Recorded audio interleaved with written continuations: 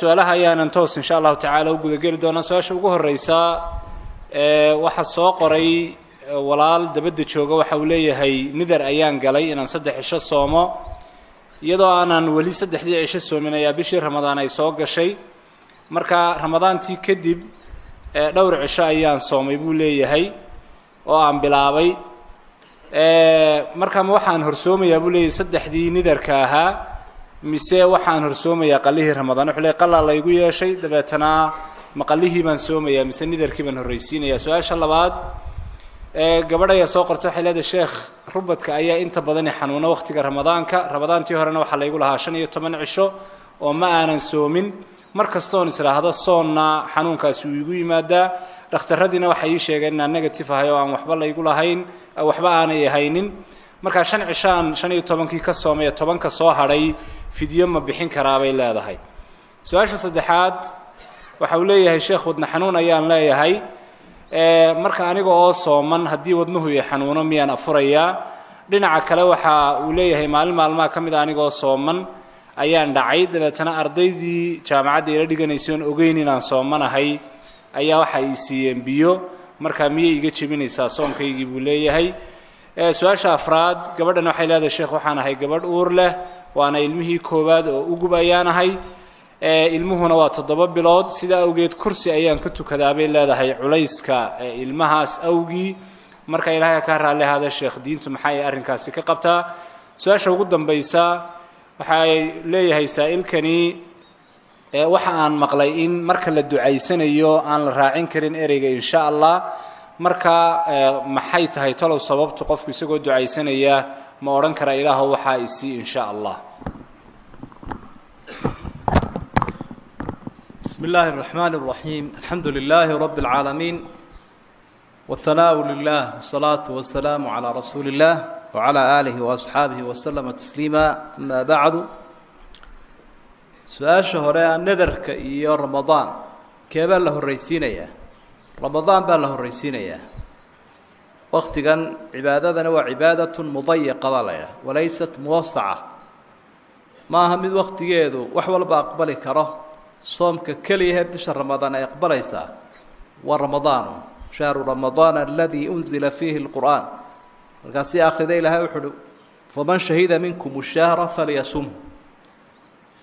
رمضان بلو صومي كرا كدبنا نذر كاسات آيات صومي دونتا مرك رمضان لقى بحه قالها هي نذر كهدي الله يدعنا لبضا كادونتا الرئيسين كرتا قالوهنا دق maaha nadarkuna waad horeysin kartaa wana dibdhig kartaa laakiin waxaynu ka hadlaynaa war Ramadaanta waqtigeedu joogay marka labada su'aalood kale waxay la xiriiraan bukaanka iyo Ramadaanta qofka bukaanka ahi haduu soomi kari waayo wuu iska cunaya maradu buko Ramadaantuna soomkuna dhibayo wuu iska cunaya wuu iska afuraya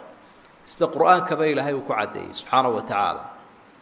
waanu soo qalaynaya intii maalmood Ramadaan ka tagtay in leeg hadii ay u suuroobi weyday inuu soomo Ramadaan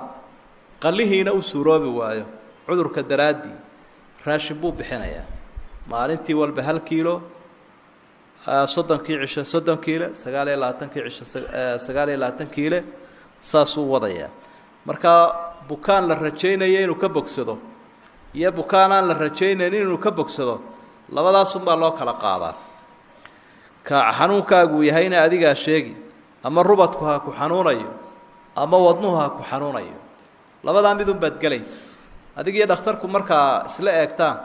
ama qalla ku suuroobiyo waad soo qallayn hadii soomkii waqtigiisu la joogay iyo qallihi midna suuroobi waayo raashinka loo guuraya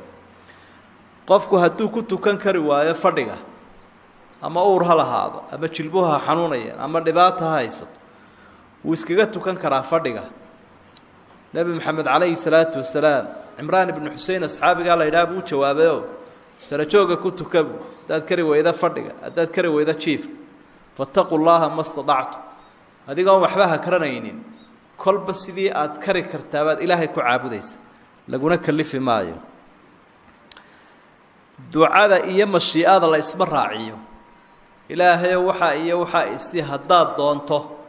waa la diiday oo rasuulkaa diiday sala allahu calayhi wasalam min aadaabi ducaa aljazm ducada aadaabteeda waxaa ka mid a inay go-aan ahaato haddaad doontana go-aan kuma jiro hadduu dooni waayo maxaad qaadi kartaa ila ilaahay haddaad doonto iga aqbal baad tidhi hadduu dooni waayo meel kale oo aad u kacdo iyo cid kaleood ilaahay ku bedelata miyaad haysaa marka aadaabta ducada kama mid ahaa in shaa allahu in la idhaahdo ilaa in shaa allahu macnaheedu waxa weeye haddaad doonto xataa haddii ay tabarugtood barakaysanaysa waad ka daynaysa maadaamuu nebigu diiday calayhi salaatu wasalaam wallahu aclam jazaaka allahu khayran fadiilat shaykh qeybta labaad ee su-aalaha su-aashan koobaad gabadh ayaa soo qortay waxay leedahay sheekh anigoo aan daahir ahayn qur-aanka dusha ma ka akhriyi karaa ama ma dhegaysan karaa talabaad aayadaha adkaarta ku jira sida adkaarta subaxii la akhriyo iyo aayatulkursiga oo kale saasoo kale ku jira iyaga ma akhriyi karaa bay gabadhaasi leedahay su-aasha labaad ardayad baa soo qortay waxay leedahay sheekh markaanu aqoonta ku tartamayna casharada dugsiga ee nalooga baahan yahay degdega ma soo gaabsan karaa salliga nebiga calayhi salaatu wasalaam marka aan qorayo anigoo xarafka saad keliya usoo gaabinaya ma soo kaabin karaa ayay leedahay su-aasha ku xigta nin ayaa soo qoray waxa uu leeyahy sheekh waxaan ku noolahay dalalka galbeedka waxaana meesha aan deganahay aada ugu badan kiniisadaha iyo meelaha ay gaaladu ku cibaadaystaan haddii aan galo kiniisad diintayda miyay wax ka soo gaadhayaan anigoo doonaya inaan soo daawado iyo waxyaabaha la midka ah su-aasha ku xigta saa-iilkani waxa uu leeyahy sheekh sidoo kale waxaan deganahay dalalka galbeedka waxaan asxaab la ahay dad badan oo aan muslimiin ahayn marka xafladaha ciidda gaalada ma ka qeyb geli karaa haddii saaxiibadayda gaarka ah ay igu soo marti qaadaan su-aasha qeybtan ugu dambaysa saa-iilkani waxa uu leeyahay sheekh qurbaha ayaan deganahay halkan badi dumarka soomaalida ee ku nooli buu leeyahay sanka ayay dalooshadaan markaa weydiinteedu waxay tahay qofka dumari inay sankeeda dalooliso ma bannaan tahay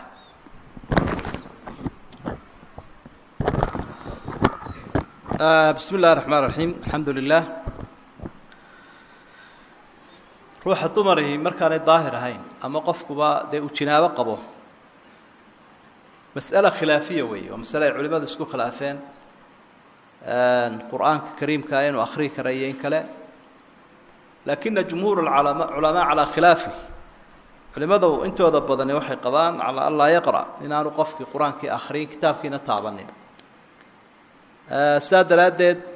waxaynu leenahay dee baahi adagoo kuu qabata mooyaane sida adigoo imtixaan ku jira ama qofkii qur-aankii ilaawayo xaaladaha mooyaane inuu qofku iska daayaa wanaagsan dikriga kii u qaalisanaa weeye qur-aanku la iskumana khilaafsana dikriga inay wanaagsan tahay marka uu qofku daahir yahay saa daraaddeed daahirka dahaaradaad la eegan insha allah kolka rasuulka sala allahu calayh wasalam magaciisa lasoo qaado waa in lagu saliyaa sala allahu calayhi wasalam taasi waa markii dee afka laga dhawaaqayo laakiin markay qoraal noqoto miyaa la dhammaystirayaa mise waa lasoo gaabsan karaa sida fiicani waa in la dhammaystira bay leeyihin culimadu ikhtisaarkuna wuu iska bannaan yahay inaad soo gaabiso saadku soo gaabiso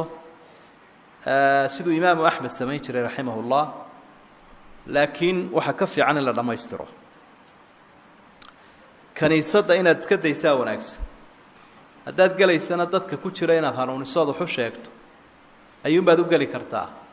laakiin inaad dalxiisto iyo inaad daadaawato waaba intay ku jiidataaba oo wax naftaada soo jiitaa oo ama lagu xayeysiinayo ay meesha ka jiraan ama lagaa qaniinaba intuba waa suuragal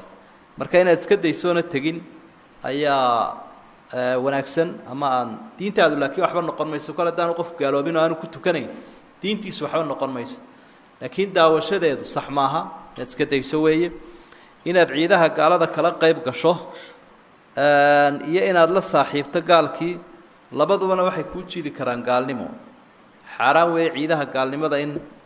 laga qayb galo waayo ictiraaf bay sheegaysa inaad aqoonsatay oo aada ictiraaftay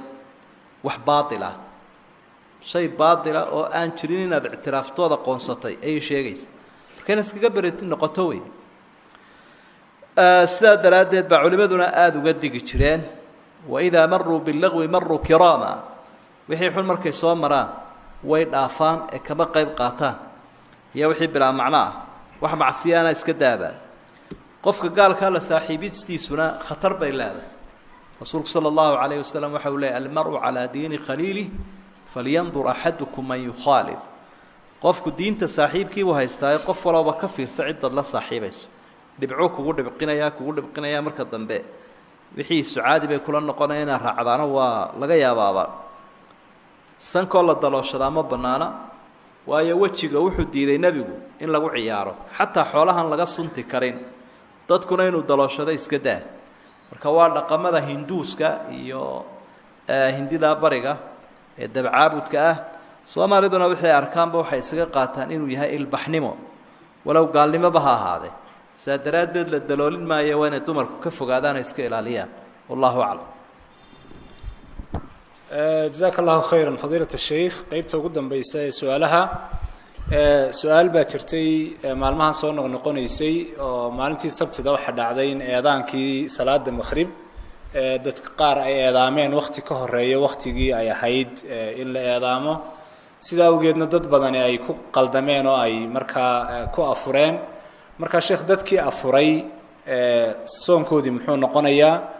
qofka muadinka ah ee ammaanadii ilaalin waayeyna isagana maxaa laga yeelayaa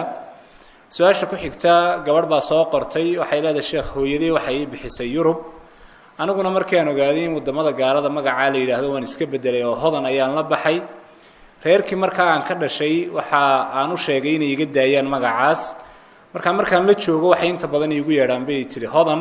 balse markaan ka maqanahay waxay ii yaqaanaan yurub marka su-aashaydu waxay tahi horte marka hore xaq ma u leeyahay inaan magaca iska bedelo waa kow waa marka labaadee qofkii magacaa iigu yeedha aan diidanahay muxuu noqonayaa su-aasha labaad ee saddexaad gabadhan waxay ninbaa waxa uu leeyahay xaaskaygii 2 goor ayaan iyadoo uur la furay haddana mar saddexaad baan furay marka ma laga yaabaa buu leeyahay sheekh in qiil laga helo sababtoo ah reerkayga waan jeclahay shaydaan ayaana soo kala dhex galay marka 2 goor ee uurka furniinkii sax ma yahay mise markaa waa layga dhaafayaa buu leeyahay su-aasha afraad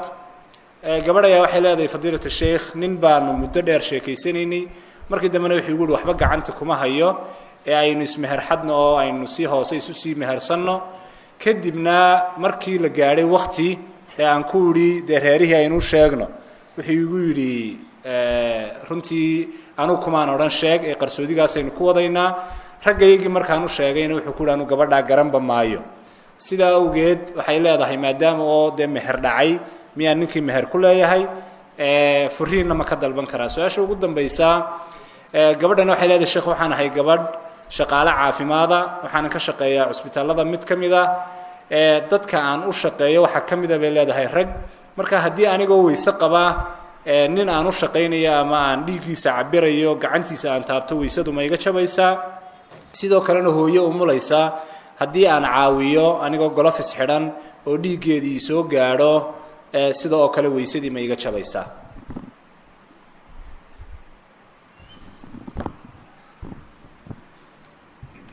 بسم الله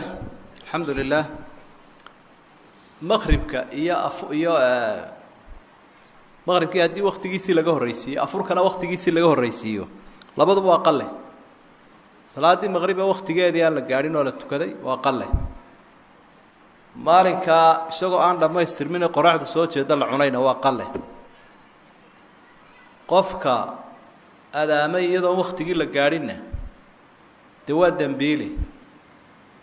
لأنه أمانة مو جذانين إلا الرسول صلى الله عليه وسلم حتى الماء قف كمؤدي ويا مؤتمن قف الآمنين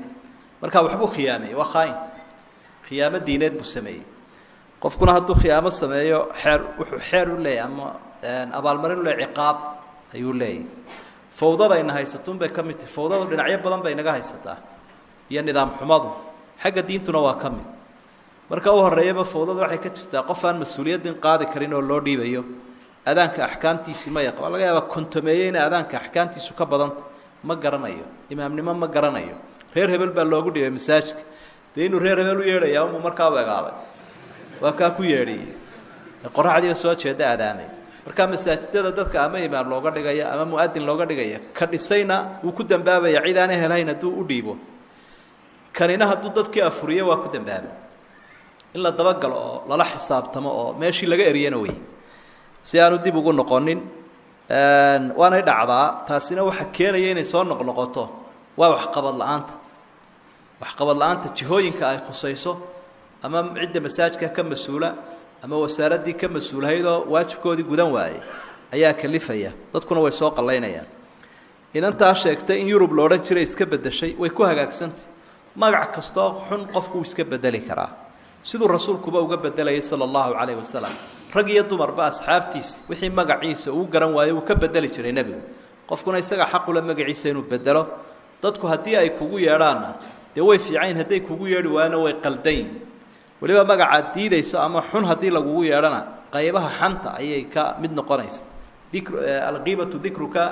dhikruka akhaaka bima yakrah xan waxa la yiraahdaa walaalkaaga ugu yeedho qofkii muslimkaada ugu yeedho wuxuu diidayo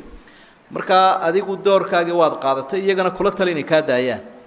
ninka sheegay xaaskiisa inuu furay mar labaadna furay mar saddexaadna furay iyada uur leh saddexda dalqadood boo dhacayaan waayo gabadhu markay ku jirto ciddo hadii mar labaad la furo uu haleelaya talaaq mar saddexaad hadii la furana uu ka daba tagayaa kala hadii talaaqu aanu mar kale yahayn ee uu kala googo'an yahay gabadh la furay oo ciddo tirsanaysa dalqadu ma ku dhacaysaa haway ku dhacaysa oo waxay leedahay xukunkii oorid oo kale